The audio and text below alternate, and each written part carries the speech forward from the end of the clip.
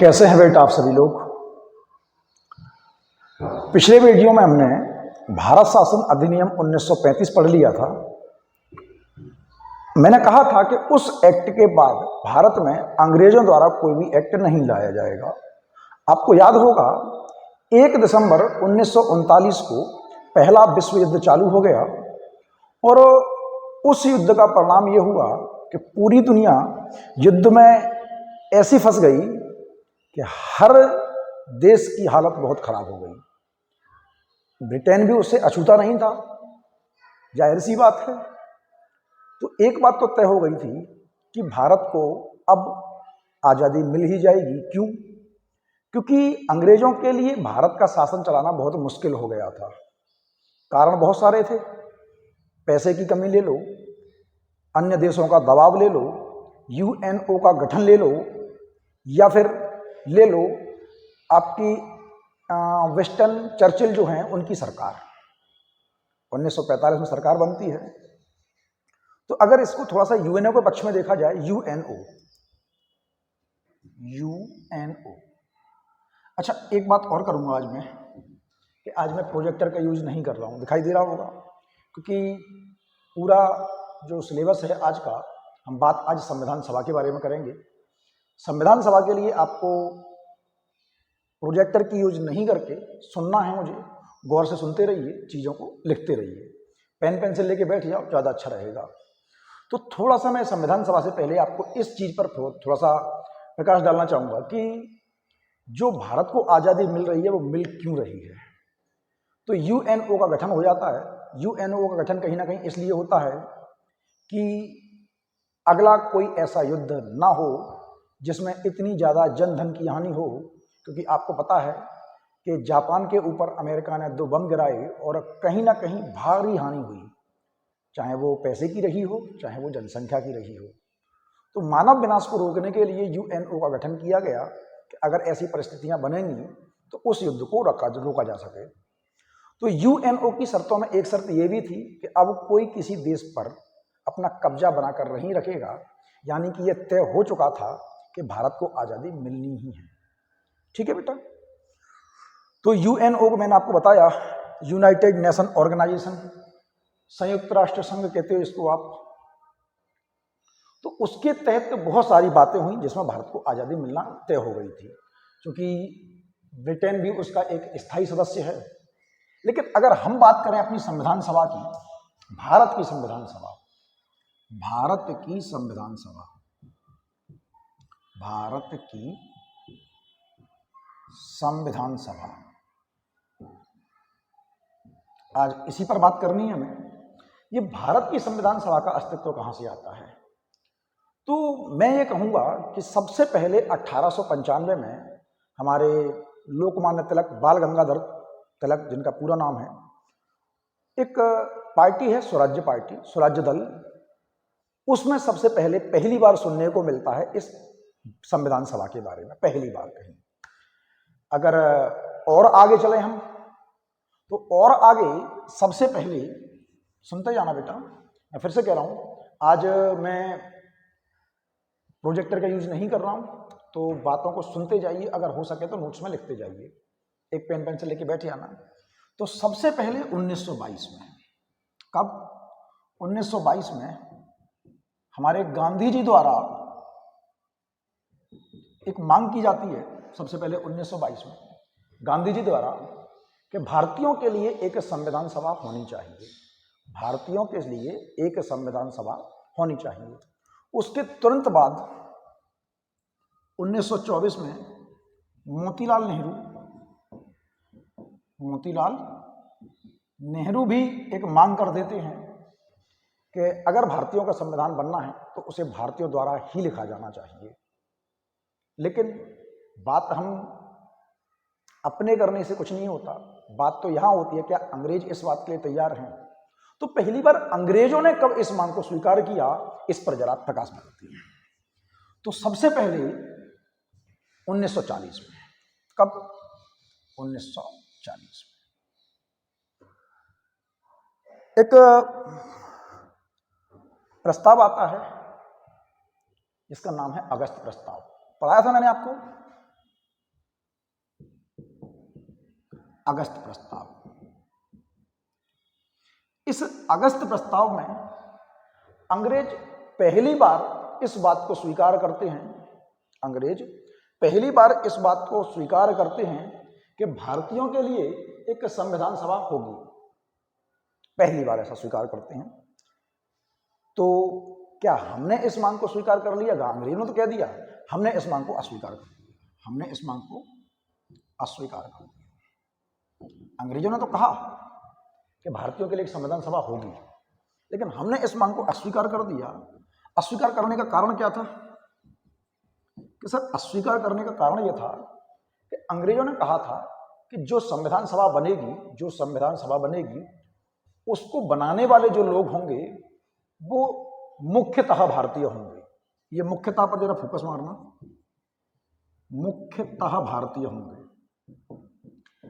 हमें इस मुख्यतः शब्द से ऐतराज था, हमें इस मुख्यतः शब्द से ऐतराज था। ऐतराज क्या था? ऐतराज ये था कि मुख्यतः का मतलब ये है कि इसमें भारतीय होंगे, लेकिन भारतीयों के अलावा भी कुछ और सदस्य होंगे, भारतीयों के अलावा भी कुछ सदस्य होंगे। हमें इस बात से ऐतराज था कि अगर भारत के लिए संविधान बनेगा तो उसमें कोई भी अंग्रेज शामिल नहीं होगा, केवल और केवल भारतीय ही होंगे और भारतीयों का संविधान भारतीयों द्वारा ही बनाया जाएगा। इस वजह से हमने इस मांग को अस्वीकार कर दिया। अगली बार क्या होता है? 1942 में क्या होता है? एक क्रिप्स प्रस्ताव भारत आता है। क्रिप्स प्रस्ताव भारत आता है। Sir, Stafford Cripps, sir Stafford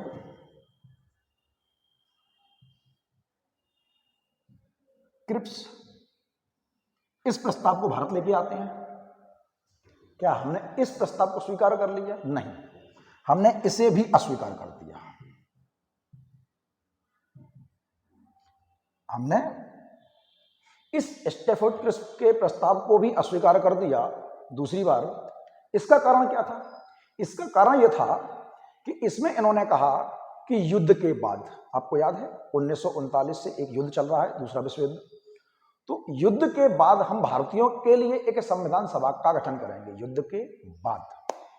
तो गांधी जी ने कहा कि युद्ध के बाद क्यों करोगे, युद्ध के दौरान क्यों नहीं करते? अगर आपको करना ही है तो युद्ध के दौरान कर दो। तो इस मांग पर वो स्वीकार नहीं थे, वो तैयार नहीं हुए अंग्रेज। तो गांधी जी ने कहा कि ये तो एक ऐसी बैंक का चेक है जो बैंक दिवालिया हो चुकी है। दिवालिया जानते हैं ना? एक ऐसी बैंक का चेक जो बैंक दिवालिया हो चुकी है। तो कभी कभी क्वेश्चन आता है कि किस प्रस्ताव को दिवालिया बैंक के चेक की संज्ञा दी गई है? तो गांधी जी ने किस प्रस्ताव को दिवालिया बैंक के चेक की संज्ञा या आउटडेटेड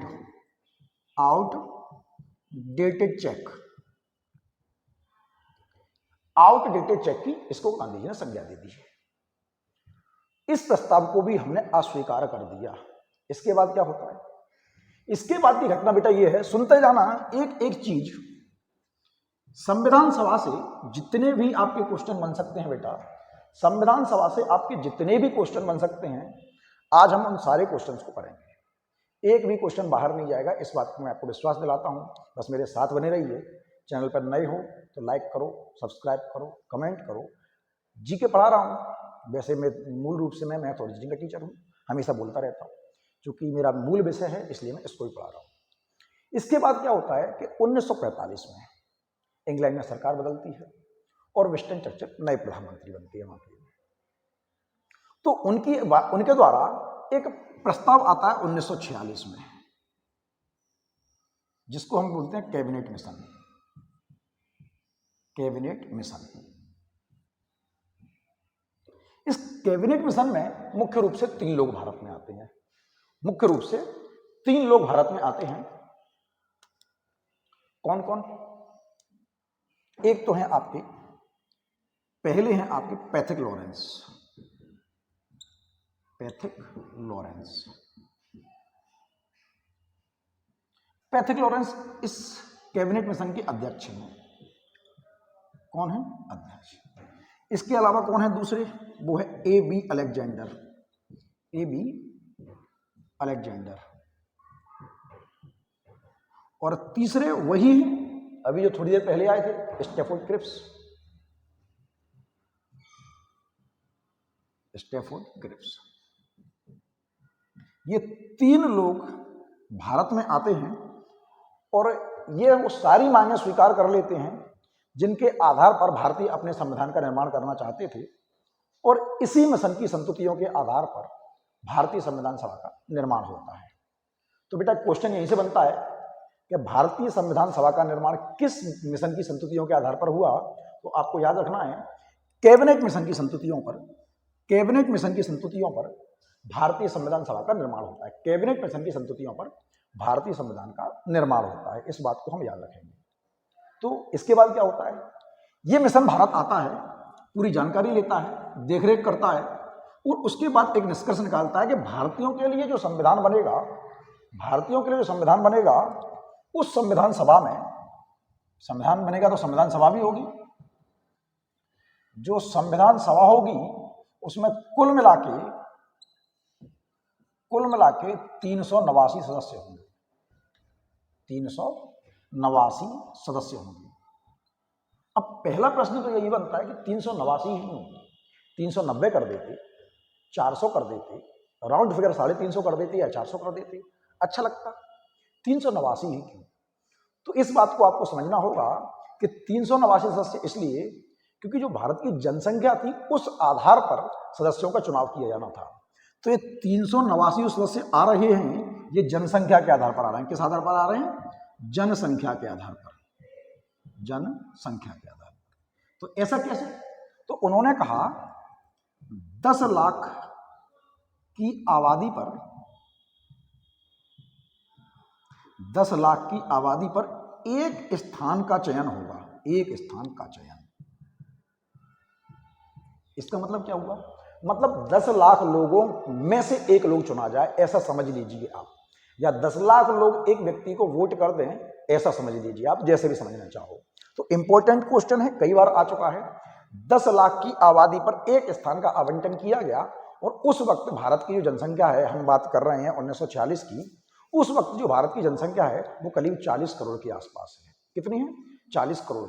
अब ये 389 सदस्य हैं, वो भी किस तरह से हैं? इसमें जो आपके 292 सदस्य हैं, 292 सदस्य हैं, वो आपके ब्रिटिश भारत से हैं,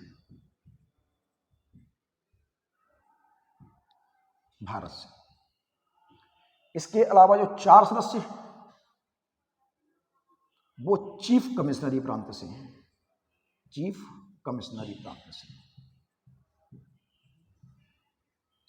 और इसके अलावा बचते हैं आपके कितने हो गए? 93 सदस्य। ये हैं देसी रियासतों से, देसी रियासत से। क्या इतनी बात समझ में आ रही है बेटा आपको? तो जरा टोटल करोगे 292, 4 और 93, ये टोटल आपके पास 389 सदस्य हो जाते हैं। तो यहां से भी एक बात समझने की बात है, मैंने आपको बताया था पिछले एक्टों में कि पूरा भारत कभी भी अंग्रेजों को गुलाम नहीं हुआ 1858 के बाद। 1858 के बाद जब हम ब्रिटेन के संसद के अधीन हो जाते हैं, तो उसके बाद भारत पूरा गुलाम कभी नहीं हुआ। तो भारत जो है वो 3 हिस्सों में डिवाइडेड है, ब्रिटिश भारत, चीफ कमिश्नरी और देसी रियासत। देसी रियासतें वो हैं जहां पर राजा होता है और वे ही अपना राज्य संभालते हैं, मतलब जनता और जो सचिव है उसके बीच में मध्यस्थ का काम जो करते हैं वो राजा करते हैं। ये देसी रियासतें स्वतंत्र थी, मैंने बताया। तो ब्रिटिश भारत के अधीन थे 292 सदस्य जो उसने चुनकर भेजे, अभी बता दूंगा इस पर भी। और जो 4 चीफ कमिश्नरी हैं, तो पिछले वीडियो मैंने आपको बताया था चीफ कमिश्नरी का मतलब क्या होता है। चीफ कमिश्नरी का मतलब होता है बेटा, जैसे आज के टाइम पे केंद्र शासित प्रदेश होते हैं, वैसे ही उस वक्त चीफ कमिश्नरी प्रांत हुआ करते थे जिन पर सीधे ब्रिटेन की संसद राज किया करती थी। तो जो 4 सदस्य चीफ कमिश्नरी चुने जाने थे, वो सदस्य ए, याद करने के लिए बता देता हूं, बी, सी और डी, इन 4 जगहों से आने थे। ए, बी, सी, डी, इन 4 जगहों से आने थे। ये ABCD क्या है सर? तो ए है आपका अजमेर, ये कहां है? अजमेर। एक सदस्य अजमेर से चुन के आना था। दूसरा है बी, बलूचिस्तान, बलूचिस्तान उस वक्त भारत का हिस्सा हुआ करता था, अब पाकिस्तान की साइड चला गया है। तीसरा सदस्य आपका कुर्ग, ये कुर्ग आपके कर्नाटक में पड़ता है, एक सदस्य यहां से चुना जाना था। और चौथा है आपका दिल्ली। तो जो चीफ कमिश्नरी प्रांत थे, 4 सदस्य ये 4 जगह से आने थे, 292 वर्चस्व भारत से आने थे और 93 आने थे देशी रियासतों से। तो कुल मिला के 389 सदस्यों का चुनाव किया जाना था। तो प्रश्न यहां से यह भी बन सकता है कि क्या ये सदस्य मनोनीत थे या इन सदस्यों का बाकायदा चुनाव किया गया था। तो याद रखना, ये 389 जो सदस्य हैं ये दोनों तरह से आए थे, दोनों तरह से आए थे, यानी कि ये मनोनीत भी थे प्लस निर्वाचित भी थे। मनोनीत और निर्वाचित दोनों थे।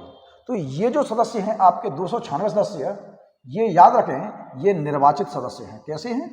निर्वाचित सदस्य हैं, बाकायदा इनके लिए वोट डालकर इनको चुना गया था।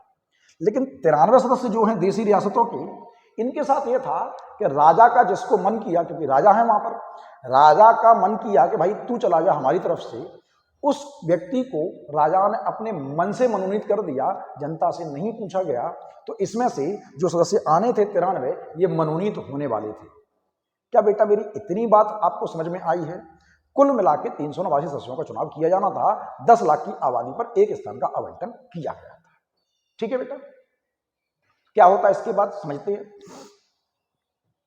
बेटा ये चीजें लिखते जाना, मेरे पास प्रोजेक्टर लगा हुआ तो बहुत लंबा समय हो जाएगा, लिखते जाना चीजों को। ठीक है बेटा, सारी चीजें क्लियर करेंगे हम, बिल्कुल एक एक चीज क्लियर करेंगे।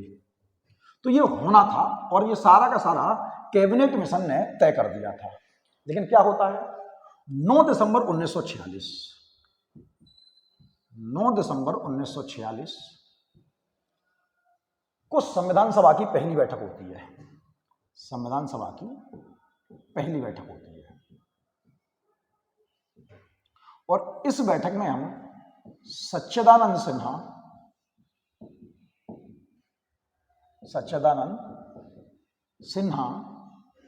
को अध्यक्ष चुन लेते हैं। स्थायी नहीं है, स्थायी नहीं है, ध्यान रखना। सच्चिदानंद सिन्हा को अध्यक्ष चुन लेते हैं। तो सच्चिदानंद सिन्हा को अध्यक्ष क्यों चुना गया, इसके पीछे एक रीजन समझिए। तो अगर कोई पूछे कि क्या इन्हें निर्वाचित किया गया था, नहीं, इन्हें मनोनीत किया गया था। मनोनीत क्यों किया गया था, उसके पीछे रीजन ये है कि ये सबसे उम्रदराज थे, यानी कि संविधान सभा के सदस्यों में सबसे बड़े थे। संविधान सभा में जितने भी सदस्य शामिल हुए थे, उन सभी सदस्यों में सबसे बड़े थे, सबसे बड़े। संविधान सभा सदस्य कितने शामिल हुए थे?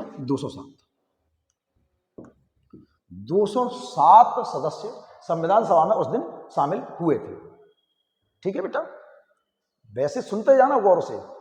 तो इनको हमने चुन लिया। मुस्लिम लीग, सर बात कर रहे थे हम 389 की, लेकिन सर 207 ही लोग क्यों आए? जब संविधान सभा में 389 सदस्य होने चाहिए थे, 389 होने चाहिए थे, तो 207 ही क्यों आए? उसके पीछे रीजन है, उसके पीछे रीजन ये है कि बात 1946 की हो रही है और अभी तक भारत आजाद नहीं हुआ है और पाकिस्तान का निर्माण नहीं हुआ है। तो जो मुस्लिम लीग है, मुस्लिम लीग ने इस संविधान सभा की पहली बैठक का बहिष्कार कर दिया। मुस्लिम लीग ने इस संविधान सभा की पहली बैठक का बहिष्कार कर दिया। बहिष्कार करने का रीजन आप जानते हो, अलग पाकिस्तान की मांग हो रही है। अब कुछ भी समझना चाहो, जवाहरलाल नेहरू की महत्वाकांक्षा समझना चाहो या मोहम्मद अली जिन्ना की महत्वाकांक्षा समझना चाहो, पर कहीं ना कहीं इस 3-5 में भारत का विभाजन होना तय हो गया था। क्योंकि मुस्लिम लीग तो चाहती थी पाकिस्तान की मांग, और हमारे जिसको कहें भविष्य देख सकने वाले व्यक्ति, जिन्होंने बहुत पहले देख लिया था 1940 में, भीमराव अंबेडकर, उन्होंने 1940 में ही कह दिया था कि पाकिस्तान बनकर रहेगा, ये बात तय है। भीमराव अंबेडकर बहुत दूरदर्शी थे, ज्ञानी थे।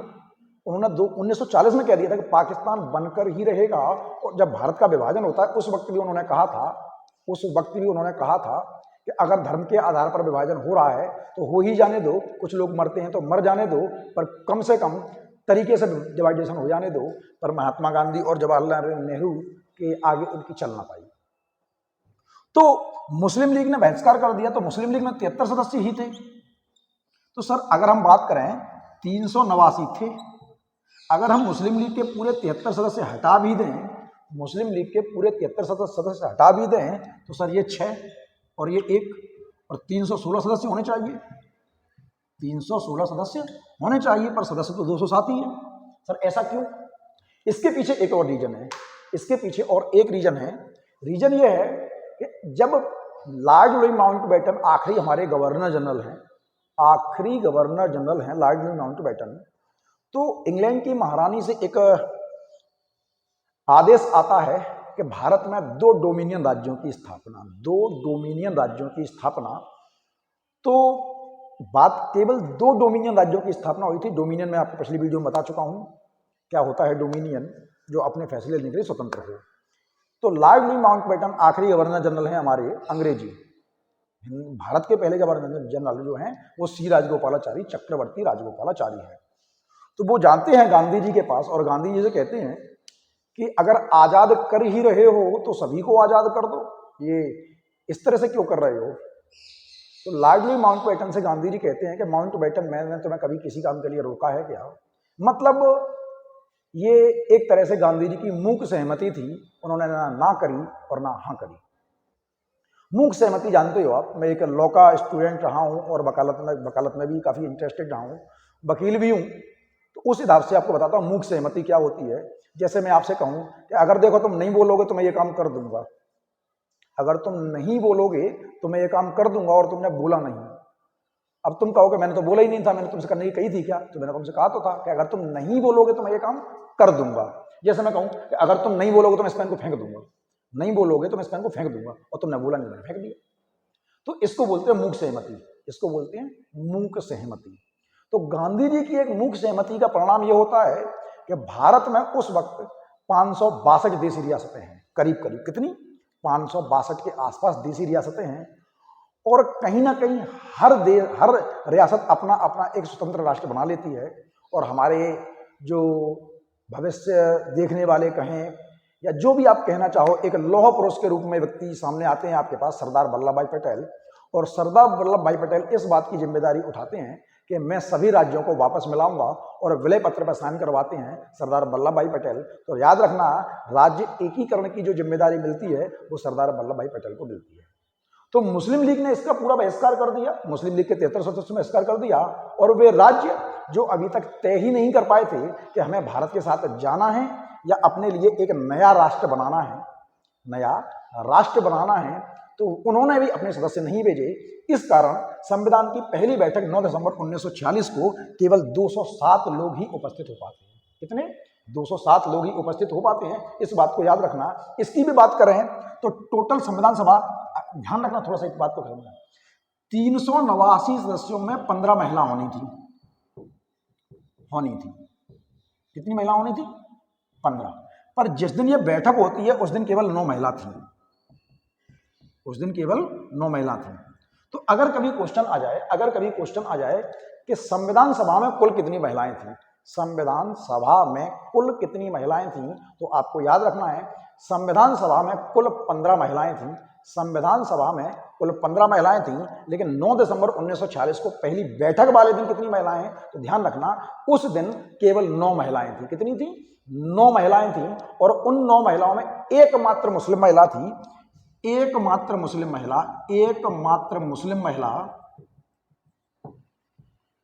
महिला जो थी वो थी बेगम अयाज रसूल।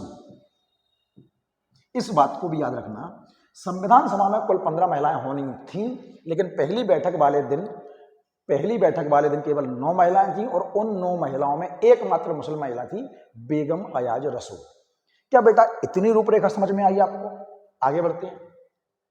तो क्या हुआ, हमने पहली बैठक में सच्चिदानंद सिन्हा को, सबसे बुजुर्ग थे, सबसे उम्रदराज थे, सबसे अनुभवी थे, उस आधार पर उनको अध्यक्ष चुन लिया।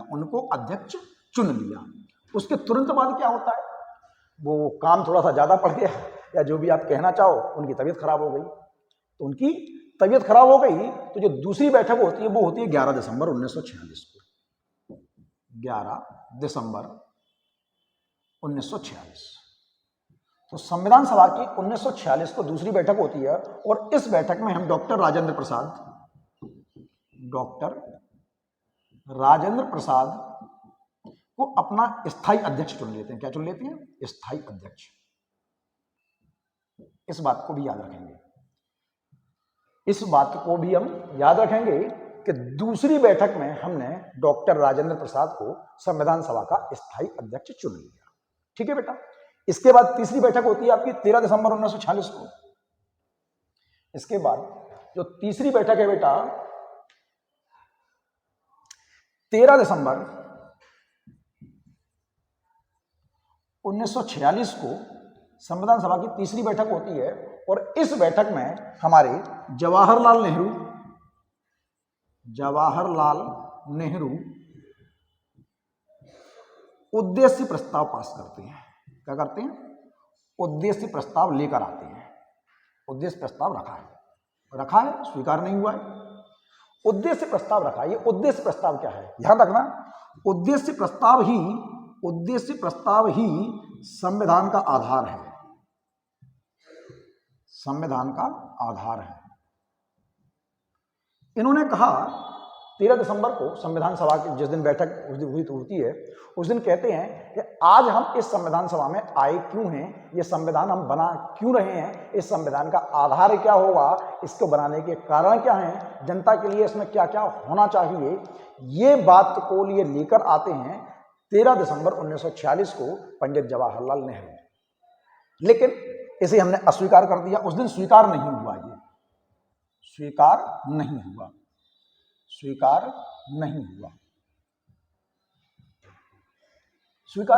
क्यों नहीं हुआ? क्योंकि अभी मैंने आपसे कहा कि जो पहली बैठक है 1906, ध्यान है आपको, 9 दिसंबर 1946, 9 दिसंबर 1946 को जो पहली बैठक है उसका मुस्लिम लीग ने बहिष्कार कर दिया। क्या कर दिया? उसका मुस्लिम लीग ने बहिष्कार कर दिया। और इस बहिष्कार को वहां के एक इंग्लैंड के एक प्रधानमंत्री थे चर्चिल। कौन थे?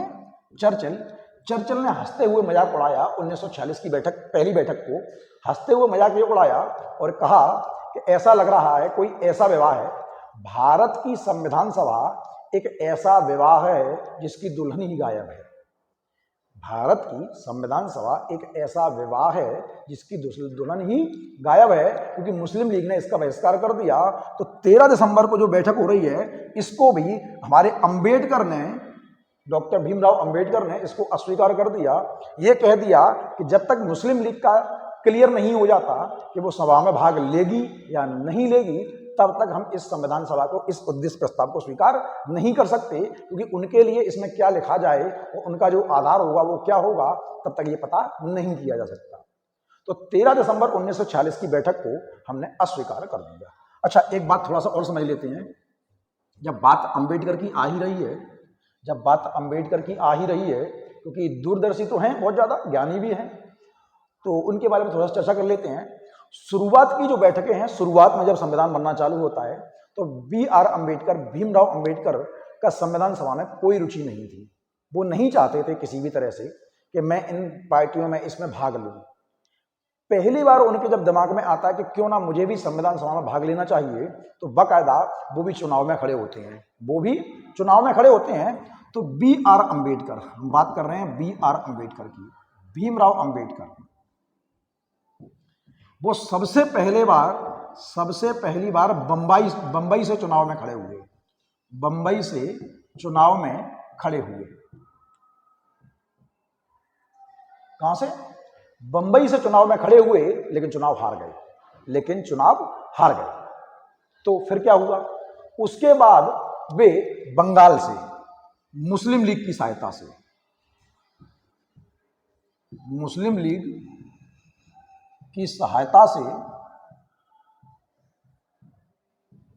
बंगाल से खड़े होते हैं।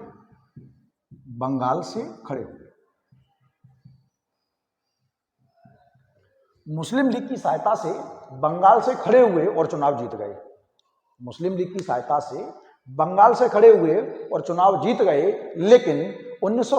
15 अगस्त 1947 को जब भारत को आज़ादी मिलती है, जब भारत को आज़ादी मिलती है तो समस्या ये होती है कि जिस जगह से वे बंगाल में खड़े हुए थे वो पाकिस्तान में चली गई, क्योंकि आपको याद होगा कि 15 अगस्त 1947 को भारत में दो पाकिस्तान बन जाते हैं, एक पूर्वी पाकिस्तान और एक पश्चिमी पाकिस्तान। पश्चिमी पाकिस्तान को आज हम बांग्लादेश के नाम से जानते हैं। तो वो पश्चिमी पाकिस्तान की जिस सीट से वो खड़े हुए थे उस सीट का नाम था जयसूर कुलना। जयसूर कुलना ये बंगाल की एक सीट थी और ये सीट पाकिस्तान में चली गई, पश्चिमी पाकिस्तान जैसे बांग्लादेश में चली गई। जब वो जगह ही पाकिस्तान में चली गई, तो सीट तो मिलने का सवाल ही नहीं है। तो इस तरह से ये चुनाव से बाहर हो गए। लेकिन बात करें, एक व्यक्ति हैं, बहुत बहुत बहुत ज्ञानी व्यक्ति हैं, उनका नाम है B.N. राव। B.N. राव।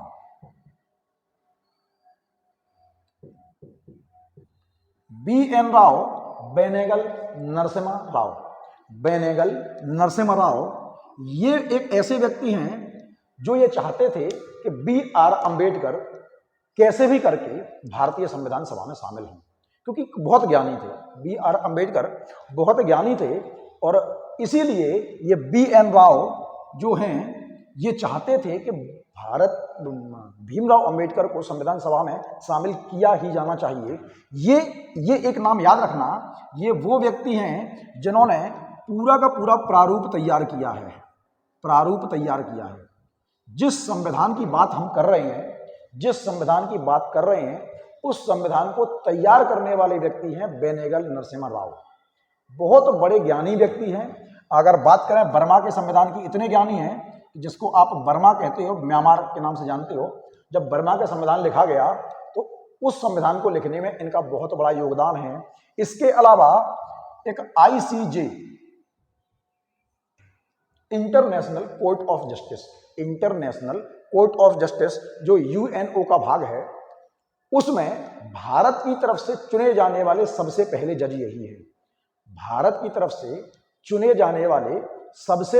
यही हैं।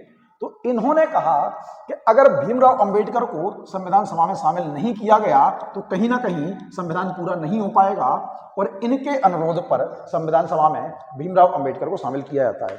उसकी भी एक नाटकीय प्रक्रिया है, क्योंकि B.N. राव चाहते थे कि संविधान सभा में अंबेडकर शामिल हो। तो B.N. राव ने एक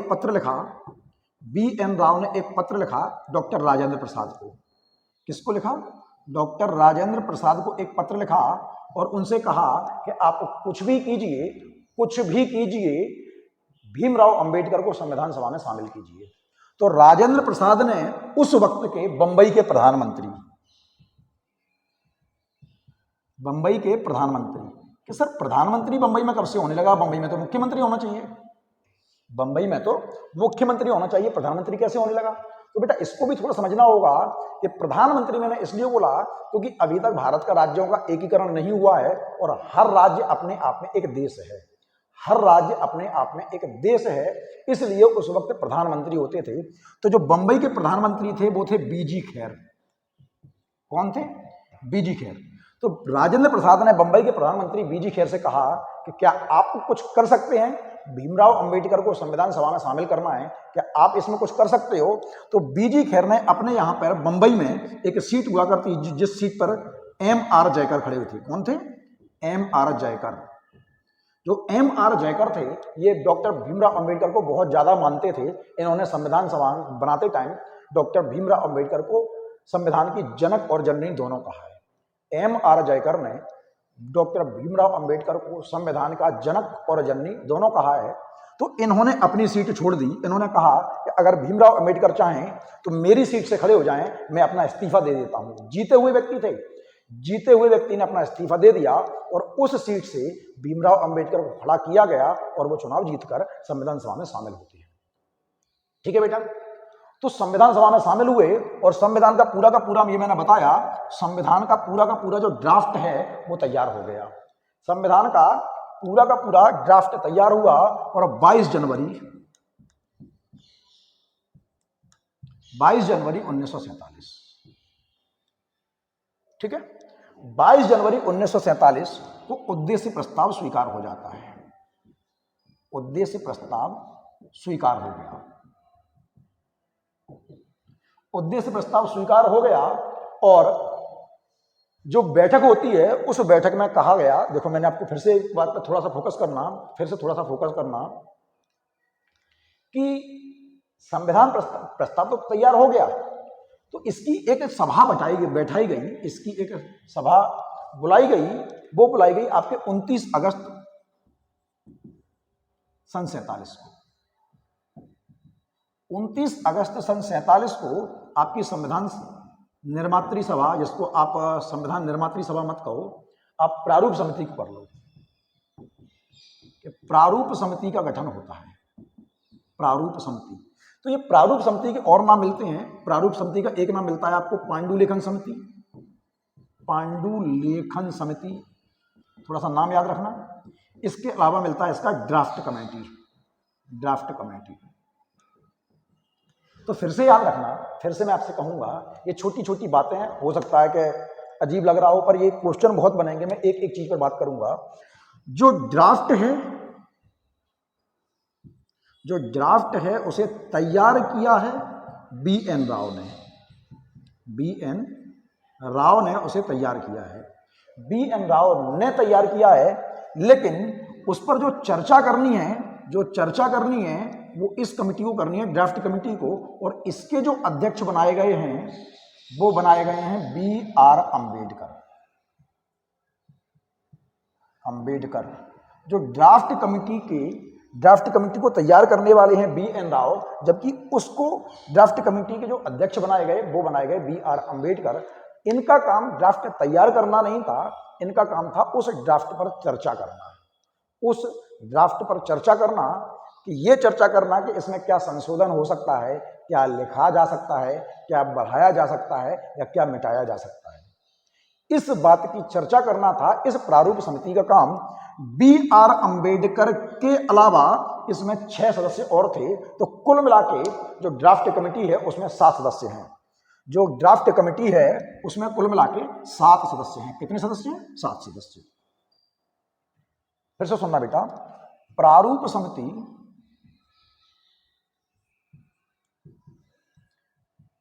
समिति में टोटल सदस्य हैं 7।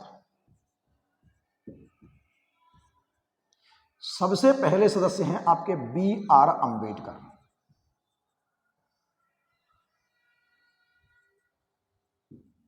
ये इसके अध्यक्ष हैं। इसके अलावा और बात करें दूसरे सदस्य की, तो वे है के.एम. मुंशी, कन्हैयालाल मानकलाल मुंशी। इसके अलावा और बात करें तो वे हैं आपके टी.टी. कृष्णामाचारी।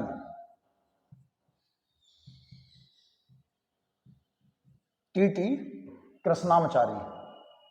क्या बात है? देखो मैं फिर से आपसे कहूंगा, पेन पेंसिल लेके बैठ जाओ, आपके पास पॉज का ऑप्शन है, ये चीजें लिखते जाओ, बड़े परेशान हो जाओगे। टी.टी. कृष्णामाचारी। इसके अलावा एक और हैं अल्हादी कृष्णास्वामी अय्यर।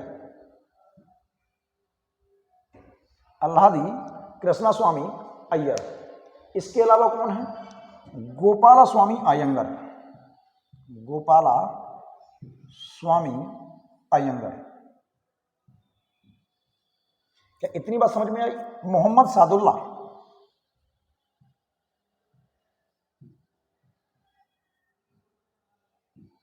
मोहम्मद सादुल्ला। और इसके अलावा है माधवराव, एम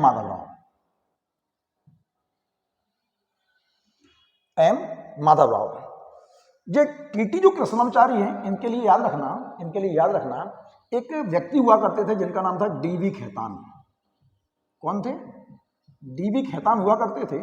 पहले डी.वी. खेतान को सदस्य बनाया गया था, लेकिन इनकी इस दौरान मृत्यु हो जाती है। तो जब मृत्यु हो जाती है तो उनकी जगह पर आपके टी.टी. कृष्णामाचारी को चुन लिया जाता है। अब इसमें क्वेश्चन बन सकता है, इसमें क्वेश्चन ये बन सकता है बेटा कि इन 7 सदस्यों में कांग्रेसी कौन है? इन 7 सदस्यों में कांग्रेसी कौन है? तो बेटा एक बात को फिर से मेरी इस बात को समझना, जब संविधान सभा की बैठक होती है तो उसमें कुल मिला के 208 सदस्य कांग्रेसी थे। कितने थे? 208 कांग्रेसी थे। सर ये क्या कह रहे हो आप? मेरी बात को सुनना बेटा, उस वक्त तो और कोई पार्टी ही नहीं थी, केवल कांग्रेस ही थी। तो जो टोटल सदस्य चुने गए उन 208 में से कांग्रेसी कितने हैं? पूरे पूरे कांग्रेसी ही हैं, सबके सब कांग्रेसी ही हैं। लेकिन इन 208 में से 30 सदस्य, कितने? 30 सदस्य ऐसे थे जो कांग्रेस पार्टी से चुनाव में खड़े तो हुए हैं पर वो कांग्रेसी नहीं है। क्यों? क्योंकि देखो, जैसे बात करते हैं हम राज्यसभा की, आज वर्तमान में बात करें तो राज्यसभा में क्या जो व्यक्ति चुने जाते हैं वो हमेशा इलेक्टेड होते हैं? नहीं।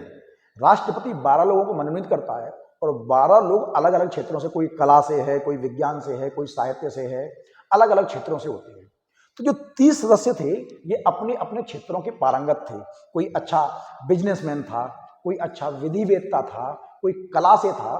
तो ये 30 सदस्य ऐसे थे जो कांग्रेस पार्टी से खड़े तो हुए लेकिन वो कांग्रेस पार्टी के सदस्य नहीं थे। तो याद रखना के.एम. मुंशी, देखो जीतने वाले ये भी कांग्रेसी हैं, जी माफी चाहूंगा बाद में शामिल किया गया है, ये भी आपके कांग्रेसी हैं, ये भी आपके कांग्रेसी हैं, ये भी आपके कांग्रेसी हैं, ये भी कांग्रेसी हैं, कांग्रेसी ये भी हैं। ये सब खड़े कांग्रेस से हुए हैं, ये सब खड़े कांग्रेस से हुए हैं। लेकिन के.एम. मुंशी एकमात्र ऐसे सदस्य हैं जो पहले दिन से आखिरी दिन तक कांग्रेसी हैं। ये सब जीते तो कांग्रेस पार्टी से खड़े होकर हैं पर शुरू से कांग्रेसी नहीं थे। ये बाद में पार्टी में शामिल हो गए। कन्हैयालाल माणिकलाल मुंशी एकमात्र ऐसे सदस्य हैं जो पहले दिन से कांग्रेसी थे। इसके अलावा बात करें मोहम्मद सादुल्लाह की तो ये मुस्लिम लीग से हैं। तो ये भी याद रखना है हमें याद रखना है कि मुस्लिम लीग ने जो बहिष्कार तो किया है पर सदस्यों ने कहीं कहीं भाग लिया है। क्या बेटा आपको मेरी इतनी बात समझ में आ रही है? पक्का? तो आगे बढ़ें। क्या होता है इसके बाद? संविधान बनाने के लिए पूरी रूपरेखा तैयार हो जाती है, और ये सदस्य उसकी टीम बन जाती है। क्वेश्चन यहां से बहुत अच्छे आ सकते हैं। क्या आ सकते हैं कि संविधान सभा में कुल कितनी बैठकें हुई? तो कहीं कहीं आपको 11 लिखा होगा, 11, पर नहीं। संविधान सभा की कुल 11 + 1 12 बैठक हुई है। कितनी? टोटल 12 बैठक हुई है। कितनी बैठक हुई है? 12 बैठक हुई है। जो आखिरी बैठक है आपकी, 24 जनवरी 1950। अगर इसको भी हम शामिल कर लें, 24 जनवरी 1950 की बैठक को भी हम शामिल कर लें तो कुल मिला के 12 अधिवेशन या 12 बैठकें होती हैं। ध्यान रखना, हमारा जो संविधान है वो 26 नवंबर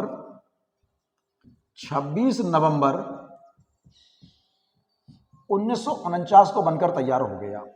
हमारा संविधान 26 नवंबर 1949 को बनकर तैयार हो गया, लेकिन हमने इसको स्वीकार किया 26 नवंबर 1950 को। 26 नवंबर 1949 को बनकर तैयार हो गया, लेकिन हमने तैयार किया, इसको स्वीकार किया 26 जनवरी 1950 को। उसके पीछे रीजन क्या है? उसके पीछे रीजन आपको याद होगा कि लाहौर में रावी नदी के किनारे पंडित जवाहरलाल नेहरू ने 1929 में 26 जनवरी को, कब? 26 जनवरी 1929 को लाहौर में रावी नदी के किनारे हमारे जो पंडित जवाहरलाल नेहरू हैं, उन्होंने एक सौगंध खाई थी कि आज से हम अपने आप को स्वतंत्र घोषित मानते हैं और पूर्ण स्वराज्य की मांग करते हैं। तो उस दिन की याद में, वो एक महत्वपूर्ण दिन था, उस दिन की याद में हमने संविधान को जो लागू किया वो पूर्ण रूप से संविधान लागू किया है 26 जनवरी 1950 को। लेकिन 26 नवंबर 1949 को हमने कुल मिला के 15 + 1 16 अनुच्छेदों को स्वीकार किया है।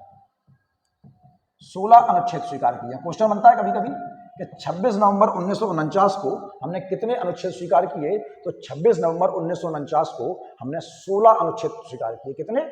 15 मत लिख के आना, 16 स्वीकार किए। 394 भी अगर काउंट कर लिया जाए, जिसमें लिखा हुआ है कि अनुच्छेद 5, अनुच्छेद 6, अनुच्छेद 7, अनुच्छेद 8, अनुच्छेद 9 ये नागरिकता से संबंधित हैं। नागरिकता से संबंधित हैं।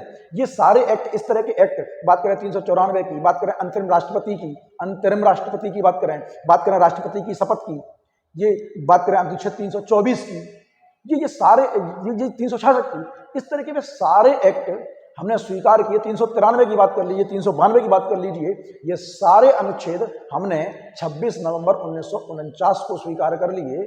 कुल मिला के 16 अनुच्छेद हमने 26 नवंबर 1949 को स्वीकार किए और पूरा संविधान हमने स्वीकार किया है 26 जनवरी 1950। क्या इतनी बात बेटा समझ में आ रही है आप लोगों को? 26 जनवरी से पहले बात करते हैं 24 जनवरी की एक बार। 24 जनवरी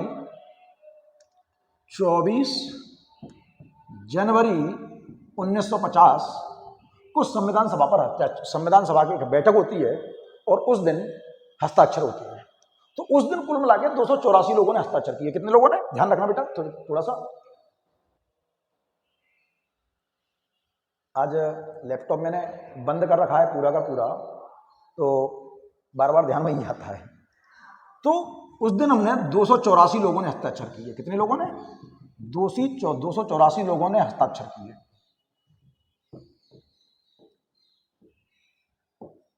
इन हस्ताक्षर करने वालों में जो सबसे पहले व्यक्ति थे वो थे जवाहरलाल नेहरू। सबसे पहले जवाहरलाल नेहरू ने हस्ताक्षर किए और सबसे बाद में आपके राजेंद्र प्रसाद ने हस्ताक्षर किए। सबसे बाद में राजेंद्र प्रसाद ने सबसे बाद में हस्ताक्षर किए। ठीक है। और माफी चाहूंगा, हमने राजेंद्र प्रसाद को अपना सबसे पहला राष्ट्रपति चुन लिया।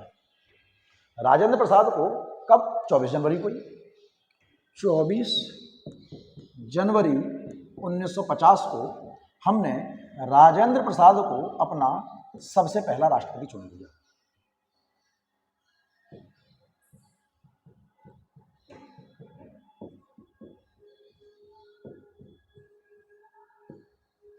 चुन लिया ये शब्द क्यों आ रहा है? चुन लिया ये शब्द क्यों आ रहा है? चुन इसलिए लिया कि आपकी जो संविधान सभा है, संविधान सभा दो तरह के काम करती है। ध्यान रखना, संविधान सभा दो तरह के काम करती है। एक तो संविधान निर्माण का काम करती है, संविधान निर्माण का काम करती है, और दूसरा वो संसद के रूप में काम करती है। तो ये चुने गए, इस बात पर जरा फोकस करना बेटा कि अगर किसी चुने गए, क्योंकि कई लोग कह सकते हैं कि सर पहली बार तो चुनाव हमारे यहाँ 1952 में होते हैं, पहली बार जो चुनाव होते हैं वो तो 1952 में होते हैं, तो ये कैसे चुन लिए गए? तो बेटा इस बात को आपने समझना होगा कि जो आपके जो सदस्य आ रहे हैं वो तो कहीं ना कहीं चुन के ही आए थे। मैंने आपको बताया 292 सदस्य ऐसे लोग थे जो चुन कर आए थे। कहाँ से आए थे? चुन कर आए थे। तो जाहिर सी बात है चुने हुए लोगों द्वारा चुना गया है। ठीक है बेटा, तो इस बात को जरा समझना। तो जब संविधान सभा संविधान निर्माण का काम करती है, संविधान निर्माण, अच्छा बाकायदा संविधान सभा ने ये अनाउंसमेंट किया था कि जो राष्ट्रपति के लिए खड़ा होना चाहता है, जो राष्ट्रपति पद के लिए खड़ा होना चाहता है वो फॉर्म भर दे। केवल एक ही फॉर्म भरा गया, केवल एक ही फॉर्म भरा गया, और वो फॉर्म भरा गया था राजेंद्र प्रसाद के द्वारा। तो बाकायदा वे चुने गए हैं, वे मनोनीत नहीं हैं, चुने गए राष्ट्रपति हैं, ध्यान रखना। तो संविधान सभा जब संविधान निर्माण का काम करती है, 2 शिफ्टों में काम होता था, एक सुबह की शिफ्ट में और एक शाम की शिफ्ट में। तो जब वो संविधान निर्माण का काम करती थी तो उसके अध्यक्ष होते थे आपके राजेंद्र प्रसाद, और जब वो संसद के रूप में काम करती थी तो आपके जीवी मावलंकर इसके अध्यक्ष हुआ करते थे, तो गणेश वासुदेव मावलंकर। तो अगर कभी आ जाए कि लोकसभा के पहले अध्यक्ष कौन थे, तो याद रखना जीवी मावलंकर लोकसभा के पहले अध्यक्ष माने के जाते हैं ही। तो गणेश वासुदेव मावलंकर ये लोकसभा के पहले अध्यक्ष माने जाते हैं। ठीक है। इसके अलावा क्या हुआ, ये एक बात बताओ, जब संविधान बनके तैयार हुआ आपका 1950 में, 2 साल 11 माह 18 दिन, 2 साल 2 वर्ष 11 माह 18 दिन का समय लगता है पूरे के पूरे संविधान में। कहीं ना कहीं 6.40 लाख का खर्चा दिखाया जाता है उसमें, वो खर्चा बहुत ज़्यादा है। तो इतने दिन तक संविधान जब बन ही नहीं पाया, तो इतने दिन तक हमारा शासन कैसे चला? इतने दिन तक हमारा शासन कैसे चला।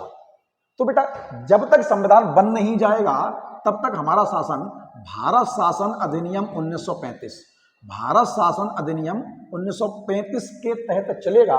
ये कहाँ लिखा है? ये आपने कैसे कह दिया बेटा? अनुच्छेद 395, अनुच्छेद 395 में ये बात लिखी हुई है, अनुच्छेद 395 में ये बात लिखी हुई है कि जब तक भारत का संविधान बनकर तैयार नहीं हो जाएगा तब तक भारत का शासन, भारत शासन अधिनियम 1935 के तहत चलाया जाएगा। पूरा का पूरा संविधान बनके तैयार हो गया, पूरा का पूरा संविधान बनके तैयार हो गया। अब किया क्या जाए? तो थोड़ी सी बात को मेरी सुनना बेटा। जो नेहरू जी थे वो चाहते थे कि इसको तरीके से लिखा जाए, तो एक व्यक्ति थे प्रेम बिहारी नारायण रायजादा, प्रेम बिहारी नारायण रायजादा, एक ही नाम है, बड़ा नाम है, थोड़ा सा याद रखेंगे। प्रेम बिहारी नारायण रायजादा, इनकी हैंड राइटिंग बहुत अच्छी थी। इनके माँ बाप बचपन में ही खत्म हो गए थे, अपने दादाजी के पास पढ़े लिखे थे। हैंड राइटिंग बहुत अच्छी थी, इटैलिक में लिखते थे। कैसे इटैलिक? तिरछी लिखा जाता ना, इटैलिक में लिखते थे। यूट्यूब पर सर्च करना, गूगल पर सर्च करना, मिल जाएगा इटैलिक क्या होता है। इटैलिक में लिखते थे। तो जवाहरलाल नेहरू इनके पास जाते हैं और इनसे कहते हैं कि क्या आप मेरा एक काम करेंगे? तो उन्होंने क्या कि आपकी राइटिंग बहुत अच्छी है, क्या आप इसको लिख सकते हैं? तो उन्होंने कहा लिख दूंगा। तो उन्होंने कहा आप चार्ज क्या लोगे, पैसा मैसा क्या लोगे? कि पैसा मैसा मुझे कुछ नहीं चाहिए, मैं अपने आप को सौभाग्यशाली समझूंगा जो मुझे इतनी बड़ी जिम्मेदारी दी गई, लेकिन मेरी एक शर्त है। क्या शर्त है? कि मैं हर पन्ने के नीचे अपना नाम लिखूंगा, हर पन्ने के नीचे अपना नाम लिखूंगा। इस बात की सहमति जवाहरलाल नेहरू ने दे दी और यह भी कहा कि आखिरी पन्ने पर अपने दादाजी का नाम लिखूंगा, उन्हें कोई फर्क नहीं पड़ता। तो प्रेम बिहारी नारायण रायजादा ने इटैलिक में और याद रखना इंग्लिश में, किसमें? इंग्लिश में। मूल संविधान जो है वो इंग्लिश में लिखा गया, मूल संविधान जो है वो इंग्लिश में लिखा गया था, ध्यान रखना। प्रेम बिहारी नारायण यादव ने पूरा का पूरा संविधान अपने हाथों से लिखा। स्पेशल पेन था, जो निब होती थी वो भी स्पेशल थी, पूरा का पूरा। और एक ही निब का प्रयोग किया गया जिससे राइटिंग बदल ना जाए, उसमें राइटिंग बदल ना जाए, विशेष रूप से उसी निब का प्रयोग किया गया। इसके बाद एक और व्यक्ति थे नंदलाल बोस। क्या नाम है? नंदलाल बोस। इन्होंने क्या किया कि जैसे प्रेम, इसमें एक पेपर है आपका, ये पेपर है। तो इस पेपर पे, अरे कॉलेज में जाते नहीं ऐसे लड़कियां कॉपी के चारों तरफ लाइन खींच देती हैं, जल्दी पन्ना भर जाए, 40 पन्ने पूरे भर देती हैं। तो ऐसे करके एक बॉर्डर बनाया। तो प्रेम बिहारी नारायण रायजादा ने इसके अंदर पूरा का पूरा संविधान लिखा, नीचे अपने साइन कर दिए। लेकिन ये जो जगह बची है, इस जगह पर शानदार पेंटिंग, बहुत शानदार पेंटिंग की गई। और वो पेंटिंग जो करने वाले थे वो थे आपके नंदलाल बोस। कौन थे? नंदलाल बोस। इनके द्वारा पूरी की पूरी पेंटिंग की गई। और जो संविधान है दुनिया का सबसे बड़ा लिखित संविधान और सबसे सुंदर संविधान माना जाता है। जब बनके तैयार हुआ भारतीय संविधान तो उसमें 395 अनुच्छेद, 8 अनुसूचियां और 12 भाग थे। 395 अनुच्छेद कि सर बार बार अनुच्छेद आप यूज कर रहे हो, ये अनुच्छेद क्या होता है? इंग्लिश में बोलते हैं आर्टिकल।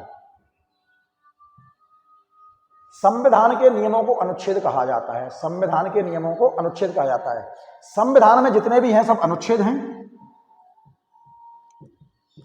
संविधान में जितने भी हैं सब अनुच्छेद हैं। उसके अलावा हर जगह पर धारा होती हैं।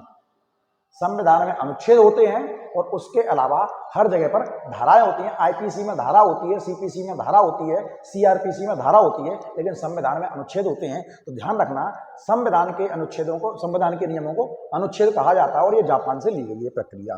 तो पूरा का पूरा संविधान ये बनके तैयार हुआ। दुनिया का सबसे बड़ा संविधान, 395 अनुच्छेद, 22 भाग और 8 अनुसूची, 22 भाग और 8 अनुसूचियां उस वक्त थी। ये बनके तैयार हुआ। और भारत जब संविधान बनके तैयार हुआ उसी दिन से भारत राष्ट्रपति के पद आने के कारण भारत गणतंत्र कहलाने लगा। क्या बेटा इतनी बातें आपको मेरी समझ में आई हैं? अगर इतनी बातें समझ में आई हैं तो मैंने आज जितना भी पढ़ाया है उस सबको लिख लेना, नोट कर लेना और फेयर बना लेना। ठीक है बेटा, तो आगे हम अब आर्टिकलों पर और प्रस्तावना से बात करना चालू करेंगे। कल की वीडियो का इंतजार कीजिए। इतनी देर तक मेरा साथ दिया इसके लिए बहुत बहुत धन्यवाद। कल फिर मिलते हैं। ठीक है बेटा, बाय।